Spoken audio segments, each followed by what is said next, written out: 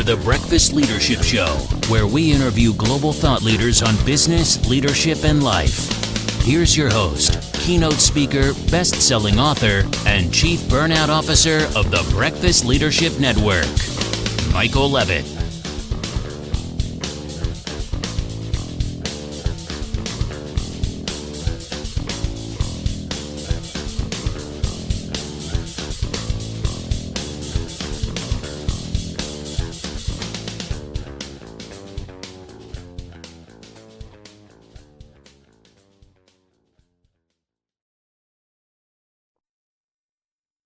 Welcome back. I've got Jared Paget online. Parrot, how are you doing? I'm well, thank you. Thank you for having me. Oh, thanks for being here. Like we talked about a little bit in the pre-show, the work you do is of interest to me. Actually, sort of worked in that industry for a period of time many years ago. So why don't you share a little bit about you, and then we'll jump into the conversation. Yeah, so I've spent the last 20 years or so in supply chain and operations, leading operations, manufacturing, and supply chain around the world. So global businesses, small to medium size. I've built different factories across the world. We did one in Brazil, did a couple here in the United States, and been really working hard to help manage what's going on now today, because things are changing quite a bit. You know, things will change by the time we finish this interview. That's how it's like. It's one of those things where it's like, okay, what's changing faster? You know, supply chain logistics and moving things around the planet, or AI? Which one's changing the fastest? And yeah, well, it's interesting they're beginning to integrate, right? Yeah. And you know, I had a conversation. I met with a local university supply chain club just last week. I gave a little presentation to them, and I said, you know, I've been using AI in supply chain for years, and people don't recognize it that, you know, we have software that's been predicting forecasts for 20, 30 years. We've been using this technology. And so the integration in AI began a long time ago. It's just the AI is developing itself and has become developed so much more. And it's becoming much more adaptable and integrating things that aren't just numbers anymore. Yeah, it's an exciting time. It reminds me a bit of the .com era, because I rode that wave, and that was fun. I worked in IT at the time, so it was a blast, and I'll never forget the phone calls I get from recruiters that place me somewhere, and then they call me 6 months later, and I thought it was we're just checking in. No, they had another job offer that paid me $25,000 more a year. I'm like, okay, you've got my attention. It was absolute zoo. It was just because they did not have enough people, so that, you know, those organizations, especially the .coms, had more money than brains to deal with, and they were just well, come on, we saw what happened. You know, when it burst. I mean, it was like insane the number of companies that went under really, really fast, because absolutely, you know, they took all that venture capital money and just bought ping pong tables and whatnot, and fancy coffee machines. The office I worked at had both, but they're still around as far as I know. I looked at their stock the other day. I was like, oh, they're having a little bit of a rebound. That's cool. Didn't look into the details of it, but yeah, it was zoo time. But again, you know, from a .com kind of situation, that was in an era where all of a sudden, supply chain and logistics, you really started to amp up. Not that it didn't before, but all of a sudden people started ordering a lot more, besides ordering from the Sears catalog. It was like they're ordering from all kinds of different companies. And then, of course, we saw, you know, what has happened with Amazon and everybody else. It's a constant thing that is, you know, supply chain professionals and logistics professionals have been stretched so much in the last quarter century, and it just seems like it's amping up. Yeah, and I think back when I started in the industry, it was, you know, the supply chain in itself was almost in its infancy as a discipline. And you know, I went and met with students last week who were supply chain students. That didn't exist when I was coming through school. There was no such thing as a supply chain program. Maybe somebody had a business program with some logistics emphasis or something in that space, but it's really become sophisticated, and people being educated properly and being really prepared, where you and I would have grown up and kind of figured this out on your own, or learned from your peers, or maybe the company you worked for, if you worked for a good company, had a good program for educating and training. It's the second time today, because that interview earlier, it's the second time today I'm going to mention that colleges and universities need to make supply chain and logistics a requirement for every course or every degree. You have to take that class. Why? Because the knowledge you'll learn from it is going to help you in other aspects of your life. And who knows, you may actually find it interesting and go into that career. It's just, That's absolutely true. There's no shortage of things that we need, around the world. Yeah, it's interesting. I think one of the other pieces of this that is critical for this is the data science part, and something that I've had developed on my own. But I asked the students, and I said, "Hey, are you guys learning data science?" They asked, "What's the most important thing I can learn?" So look, do well in your classes. They're going to do a good job of giving you fundamentals, but learn data science on the side as well. Like if that's not part of your coursework, go figure it out on your own. Get a minor in it or something, because today, that's critical. You need to go out, you need to understand how data work, where to get them, what to do with it when you have the information, how to make it, how to use the information to tell the story and really, and get information, and to help you make good business decisions. And I always say that the data normally aren't going to tell you what to do, but they're going to show you what needs to change. They're not going to tell you what to change necessarily. And that sometimes it will be obvious and sometimes it won't, but there's still a human element to this, where we need to analyze what's going on and make decisions. But if you don't have the vision to it, you're kind of lost. I wrote an article a couple of months ago, and I talked about flying an airplane. I said, if you're a pilot and you're looking out the windows to fly an airplane, you're missing a whole ton of information. And a lot of leaders, they kind of have a good feel of what's going on around them. They can kind of see the market, see where they are in the market. And that's kind of like looking out the windows. But when you have that data, you have all of the instruments in front of you, and you can see things that you wouldn't normally see. Yeah, look at the instrument panel. That's why dashboards have been, such a big thing over the last, couple decades, if not longer. With the advent of being able to grab information and put it together in a way where you can kind of look at different things, but then you still have to drill in. It's like if something looks weird or, okay, well, it seems like we've been stuck on that for a while. Because I'll be, okay, it's steady, it's good. That's usually the first, okay, don't have to worry about it. It's like getting blood results. It's like, okay, yeah, everything's within range, everything's fine, but it's like, no, but I have a family history of XYZ. Can we look in a little deeper? And they look and they go, oh, wait a minute. And so it's the same thing. You look at it, but you go, okay, what's driving things forward? But again, it's where leadership and the people that review all of this need to have clarity. And that can be hard sometimes, because when you're responsible for 4 billion things, it's a challenge to be clear on things. But it's kind of like having a supply chain of the brain. It's like, okay, Yeah. what am I focusing on today? How is this going to flow into everything else I need to do? Because if I don't do that, then this is not going to happen, and you need to do it. So it's, kind of a stretch of using your brain as kind of a supply chain thing, but it's true. It's, how you calculate information, how you receive information. And I love, your comment a moment ago about getting people to, take data science. I think, again, that's another, I agree with you wholeheartedly. That's going to serve people a lot in these coming years and decades, because we need more data. We need to figure out what's the story telling us. We no more can we look at a surface and go, oh yeah, they have everything's together, it looks good. I'll use social media for an example. We've got all kinds of influencers online, and they got millions of views and all that stuff, but you find out, unfortunately, in many cases, that behind the scenes they're really struggling personally. It could be financial, or it could be just their way of life. So the dashboard or the screen will tell you one thing, but what's the information telling you? And Well, go if I can jump in, I had an experience a couple of years ago, this is, maybe 8-9 years ago, where I had a big organization I was running, 150 people working under me, and I had a monthly KPI review, and we looked at data, but we didn't look at pinpoint data. We looked at trends, and that was really what we were focusing on, is looking where we were going up or down in terms of progress. I'll give you a quick example. We had a customer service group. We had 5 or 6 people in that group who took all the orders, all the phone calls from our customers. And what we were seeing was the amount of orders we were taking was going up, but the amount of revenue we had was flat.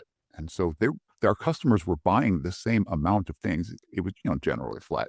They were buying essentially the same thing, but it was taking them more orders to do it. And I thought, okay, well, let's talk about the impact of this, right? Our people are working harder because they're making more orders. Our finance group is now creating more invoices. We're chasing down more payments. And this isn't good for the customer either, because now they're chasing a whole bunch of different purchase orders. They're having to make more payments. They're having to cut more checks. And so I said, look, this isn't good for any of us. Let's talk to, and we were able, using the data, to pinpoint, okay, what customers is this trend being realized under? And we were able to focus on them. We set up meetings with them and said, look, we see this trend of what's going on.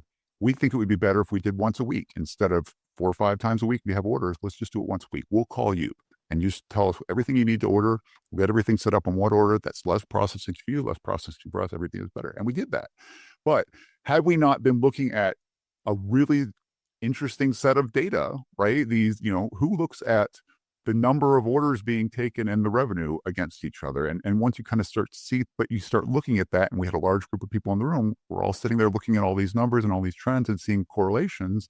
It helps you take actions that are going to save you money over the long run, right? It reminds me of, I worked a nonprofit several years ago, and the nonprofits, much like corporate, quite frankly, your budget is what it is. You can drive some additional revenue, but nonprofit, if you're getting funding from government agencies or donations or things like that, you can kind of drive the needle up a little bit, but not easy. So for me, relying back on my old accounting days, I'm like, okay, well, let's look at the expense items. Where are we spending? What's some opportunities here? And I just, looked at all the vendors that we were using and looked for opportunities to, pool resources or renegotiate deals, which we could, which I ended up finding it was a $12 million annual budget we had, found $250,000 in savings. So that was, which allowed us to open and launch a couple different programs, which served an underserved community. And I'm like, I'd much rather spend the money on that than on our cell phone bills and paper clips, Right. And those are just a couple examples. And there's ways to do that. But again, you look for those efficiencies, but you have to be able to look at the information to figure that out. And again, I don't want this necessarily to sound like a sales pitch for people to enter supply chain, but it's kind of turning into that in the conversation, because I'm a big advocate for it. I worked for, a supply chain association in Canada, over 12, 15 years ago anyway. And I wasn't involved, but I was in operations as far as the corporate or the home office side of things. But I still, I wanted to know what we were doing. As an accountant, you should probably know what you're counting. And I was kind of responsible for that. Absolutely. And HR and all that. But, I found interest in it. And again, as we've kind of alluded to before, every aspect of everything that we do in life, in work, there is a supply chain and logistics element to it. And when people are looking and I see people, well, I'm not sure what career to go into. It's like, you go into this, there are so many channels that you can choose from.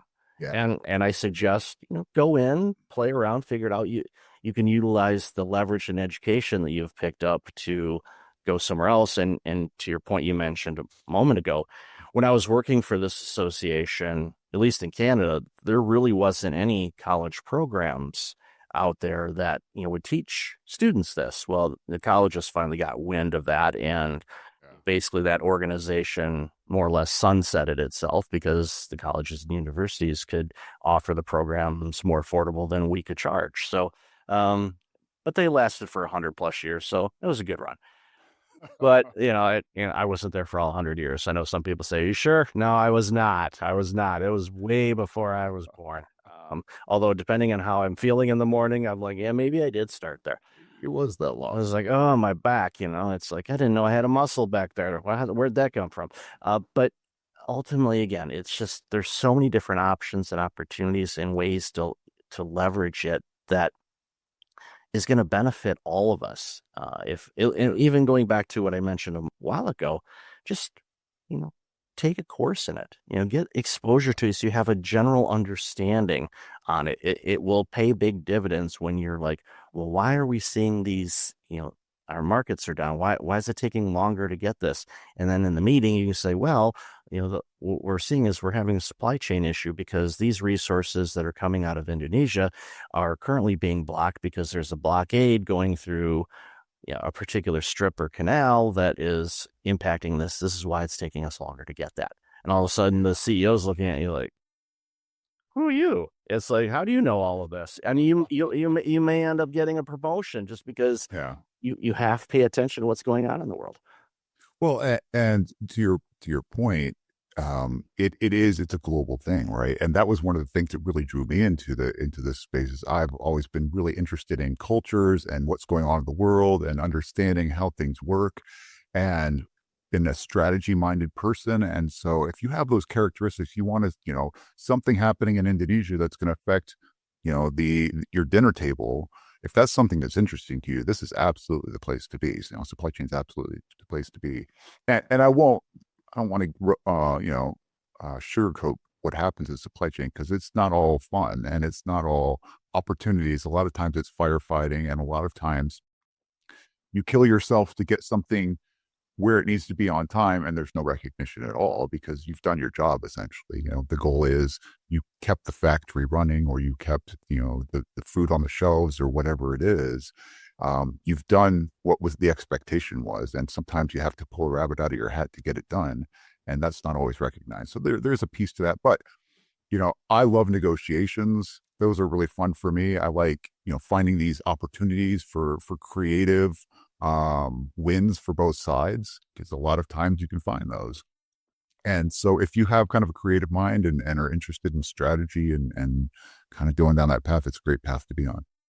I agree. And we talked about this a little bit in the pre-show and also here, but I want to dive in a little bit, more current, with the tariffs that are coming from the U.S. government.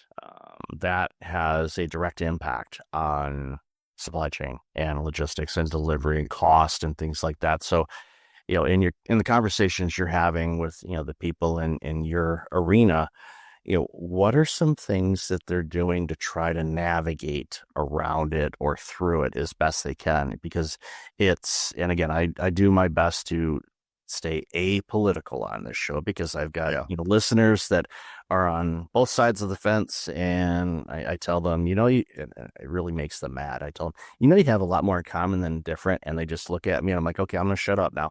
But yeah, because a lot of people go, no, we do not. It's like, there's some common things. We just don't talk about those. We're focusing on the polarizing things. But again, the reality is, the tariff announcements that come are sudden in many cases, which are implemented immediately, but the boat is in the Pacific, and now, and we're gonna have to send Charlie down to the dock when it gets to LA, and we have to pay an additional $150,000. So who do we hand it to? How's this? Or we're not cutting a check. There's e-transfers and that kind of stuff. But it's kind of that mentality going, well, I bought it at 150, and now with these new taxes or tariffs, it's now 275. Oh, okay. And again, that budgeting, control, and all that stuff. But getting back to the question is, what are some of the things you're seeing, and what are some of the things you're seeing people do to kind of navigate around or through these ever-changing challenges that are being thrown at us? Yeah. So this is a super complex issue, and looking at the economics, not the politics of it, of course. It's disruptive. It's absolutely disruptive to businesses.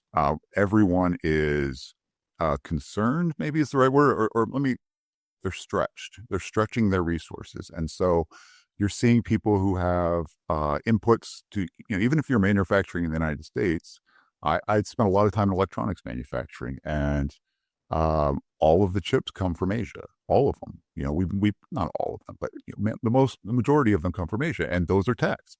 So now your input, even if you manufacture in the United States, your input duty is going to be more expensive. And so there's pressure there. Companies I see right now are doing their best to absorb what they can. So they're taking a hit on margin. They're passing along what they can. And that really kind of is how elastic are the prices? How much can the market take? And then in the long term, I feel like people don't know what to do. And this is part of the challenge we have when you mentioned when when the tariffs come on suddenly and then go away suddenly, there is an expectation that maybe this isn't a long-term condition. This isn't a long-term situation. And so if I can ride this out for the next 6 months, or if I can ride this out for the next 90 days, which a lot of time is what the announcements are. Oh, this is going to happen in 90 days. We're going to put this in or take it out or whatever. And so the difficulty businesses have is with long-term planning. If you're going to build a factory, that's a multi-$100 million investment, right? And if you're on the low end, and so finding property, building a building if you need to, or finding space, and then equipment and people who know how to use the equipment and training and all of these pieces, they're expensive. And for a company to invest in something like that, they need to show a return. And when the return is based on something that may or may not be temporary, and it's kind of not sure, you're kind of not sure, it makes it difficult for business to make that investment. And so where we see on the other, and there are ways to drive this investment, through tax incentives, or, local communities have put in TIFs to help draw people who are going to manufacture in the United States to their locations. So there are a lot of ways to incentivize businesses to manufacture. And American manufacturing, everybody's seen the charts, is kind of tapering off. But if you look at the available opportunities in manufacturing right now, there's, I think, between 400 and 500,000 jobs that are consistently open in the United States, across the United States, in terms of manufacturing. So in an environment where there are more people looking for jobs right now than there are jobs. So this is a space where there are jobs and people are looking for, and as someone who's led factories and have talked to people who are leading factories, one of the consistent challenges they have is finding labor who are willing to work in factories. And so there are so many pieces of this, so many pieces. And so for someone in supply chain, there is can we find product X in the United States? And so there's a company that I've been working with that they've been importing from China a product for a long time. And when the new increased tariffs came in, that product, they were upside down trying to sell it in the market. And so I went out and said, okay, let me see if I can find somebody manufacturing that product in the United States. And nobody was. There were zero manufacturers in the United States. So somebody has to develop the technology, and it's not significant technology. It's something that has been manufactured in the United States before. It just has been overseas because the value just isn't there. It's not a high dollar item. So why would we manufacture it when it's a high labor, low dollar item, send it overseas? And so even if somebody wanted to buy in the United States, sometimes that opportunity is not there. And sometimes it is. And so that's good. And so it's so many pieces that are just drawing people back and forth. Yeah, it's a mess. I'll use that phrase. And I understand the perspective of the approach that is being taken. And yeah, buy local. Yeah, I mean, I try to do that as best I can, but there's the economic component of it, and it's not that long ago. I mean, I'm in my mid 50s, so I look at it as not long ago, but other people might do the math and go, well, that was a long time ago. Where, over, the past 40, 50 years, there was a lot of outsourcing of manufacturing roles to other parts of the world, like China, as an example, because the cost of labor was lower. And that way we could afford all the things and the toys and the televisions and the computers and the smartphones and all that stuff. It was a driving force to make it affordable for more people to get it. Well, now, if you want those products built in the U.S., the labor costs are higher, the material costs are going to be higher. The startup, because it's like the example you gave, there is no factory making that stuff right now. So in order to do that, you have to retool a factory if you can find one, an old one maybe, or you're going to have to build one. And you mentioned before, how many millions of investment is that going to be? And a lot of organizations. So you say, okay, we want to build this widget. Okay, we'll just call it a widget. And yes, we've been buying it from Asia for years. Well, now we need to build it here because it's a low cost item. So you're telling us that we have to invest millions upon millions of dollars into this new factory to build this thing. with the possibility that that tariff could go away.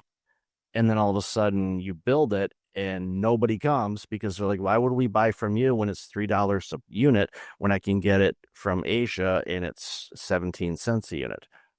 The math is right there, kids. Pride or not, and again, I'm staying out of this conversation from a political standpoint. I'm just talking economics like you did. It's, as a business owner, I'm like, well, I want to buy local. Yeah, but you're going to shoot yourself in the foot to do it? Yeah. No, you're not. You're going to be gone and you won't exist. So I feel for that company that you're referring to, because they're like, you can't sell something at a loss. If it's a loss leader, like, the stores will do to Right. bring you in to buy all this stuff, that's one thing. But when this is a stink product that people are going and ordering quantities of it, you don't want to be losing money because, well, you're not going to be able to sell anymore because you won't exist. And again, that's just a singular example of Yes. what kind of mess this is. But again, boosting up, the career path in this industry it's challenging times that you see a lot of successful things happen because of it. And I Right. think that's where the creativity and, okay, how do we do this? What can we do about this to navigate this? It's lots of opportunity for creativity right now, kids. That's for sure. Absolutely. Yeah. So I've loved this conversation. Where can people find out more about you and all this amazing work you're doing? So my website, jaredpaget.com, JaredPaget.com, or find me on LinkedIn. I'm on there quite often. You can see some articles I've written and reach out directly to me. Awesome. Well, Jared, I'll definitely have that in the show notes, and love this conversation. Thanks so much for doing all this work you're amazing doing. Oh, thank you. Thanks for listening to the Breakfast Leadership Show, part of the Breakfast Leadership Network. Visit breakfastleadership.com for tips on empowering your business and your life.